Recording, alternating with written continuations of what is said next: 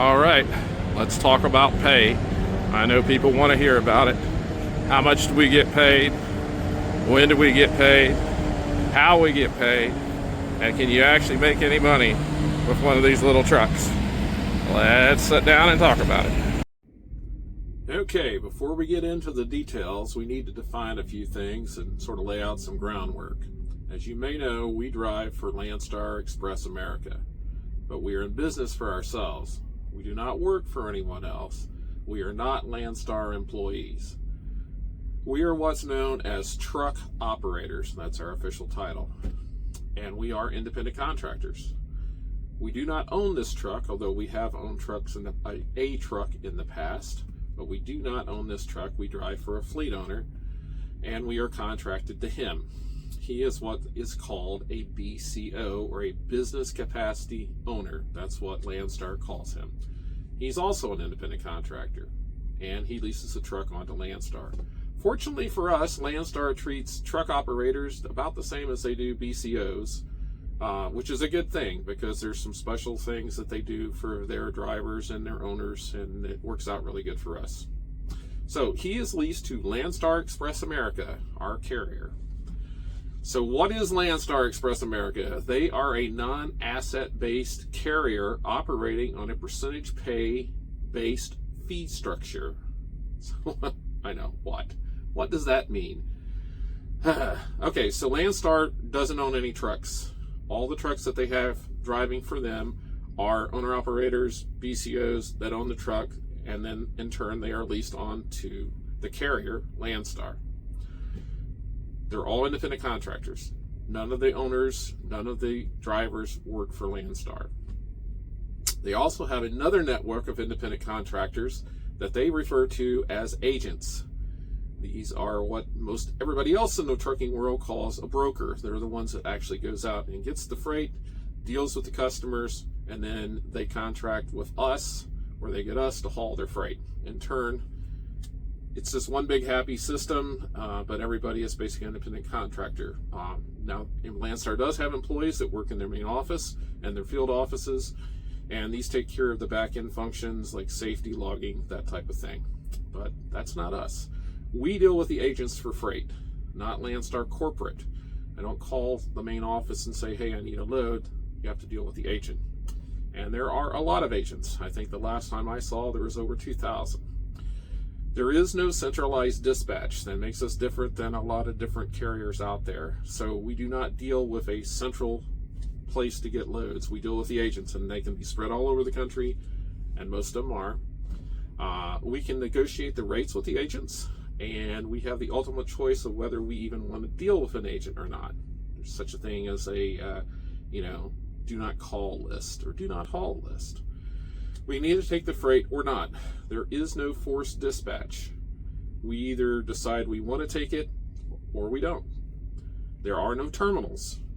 In expediting, at least, what happens with us is we pick up from a customer and we deliver to a customer.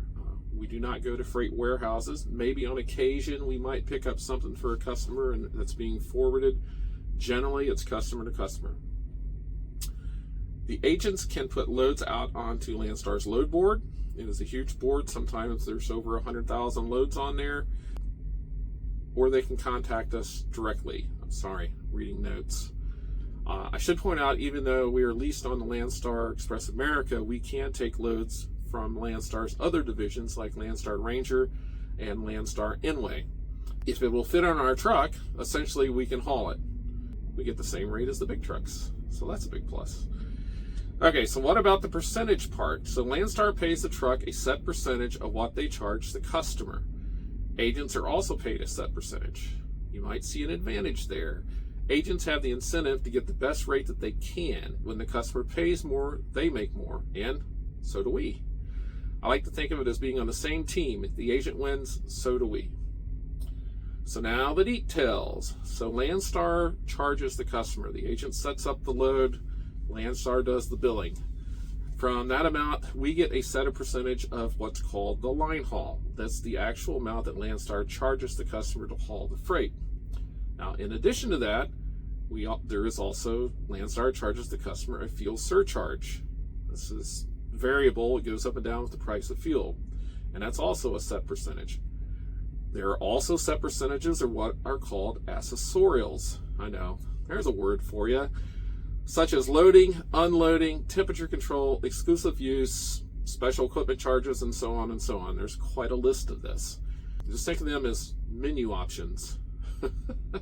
So here's how it breaks down. Stick with me on this. We get 62% of the line haul. We get 100% of the fuel surcharge. We also get 100% of loading, unloading, temperature control, liftgate, pallet jack, and layover.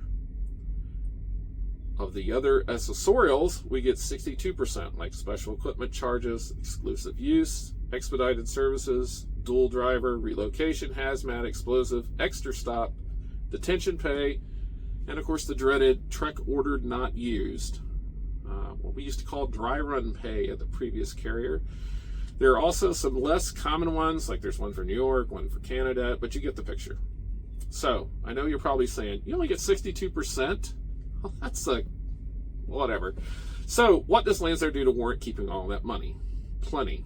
They provide the background services that we don't have to worry about, like they take care of billing and collecting money from the customers. They take care of the IFTA reporting, which is quite major.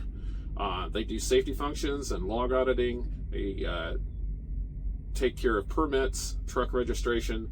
They also set up the drug testing, plus the load board and other IT-related functions. And they have apps. We use a lot of phone apps, and the website that we use. It's really quite a bit. So when you think about it, it's not that we're just paying them for nothing. So in a real world scenario, how would this work out? So again, here are some more terms. The all-in or customer charge. This is the amount total that Landstar is going to charge the customer for hauling the freight. This includes all the line haul, the fuel surcharge, and all the accessorials. When the agent says, hey, the load pays $5,000 all in, that's what Landstar is going to charge the customer. We then have to calculate what is going to pay the truck. So truck pay, the amount the truck will receive once the percentages have been calculated. Also driver pay. This can really vary based on the contract that you as a driver have with the owner of the truck. There's 40/60s, there's 60/40s, there's incentives. It just varies too much to really just say this is what it pays. If we own the truck, of course, the truck pay would be the driver pay, but we don't do that. Of course, now ours is set up to where we receive a set percentage, but we also pay for fuel. So you'll see how that works. So let's look at a real life example. Okay, so now I recently hauled a load from Arizona to Arkansas. It picked up on a Friday and delivered a Monday morning. It was 8 large wooden crates, literally took up the whole back of the truck, 2,880 pounds. Loaded miles were 1,257, and the total miles were 1,360. I was about 50 miles away at a truck stop. I had made a delivery. I had to deadhead up and back to the customer. So, non-temperature control, just sort of your standard, everyday, nothing special freight. No expedited services. We didn't have to get there, like right now. It was basically an exclusive use load where their freight was the only freight in the back of my truck. It's the only freight that would fit back there. So anyway, the all-in charge to the customer. This is the actual amount that Landstar billed the customer, $5,618.50, or about $4.47 per loaded mile. So the line haul was $4,287.50. Of course, we get 62% of that. The fuel surcharge was $931, about 74 cents a mile, and we get 100% of that. The loading was $150. I actually had to help load in the back of the truck. Actually, I did most of the loading in the back of the truck. And that was $150, but that's paid at 100%. Exclusive use, $250, which again is a 62% charge. So if we calculate all those numbers out, that's $3,894.25 to the truck. That's the truck pay. And that works out to about $2.86 per mile for all the miles driven. That includes my deadhead. Now the driver pay for me, and this is not exact, it's close enough. It was around $2,300. That's what I took home before taxes. But I also had to buy fuel, so taking out around $700 for fuel. It's probably a little bit less than that, but we're going to say $700. So it ended up paying me $1,600 or so. That was in my pocket for a weekend run from Friday to Monday. $1,600 is what went into my bank. Or close enough.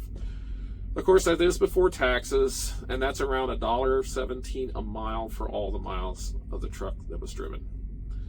So one thing I really like about Landstar is the fact that if we unload and turn in our proof of delivery before noon on Tuesday, the BCO is paid Wednesday, so the truck owner gets paid basically the next day, and then I in turn will get paid on Friday.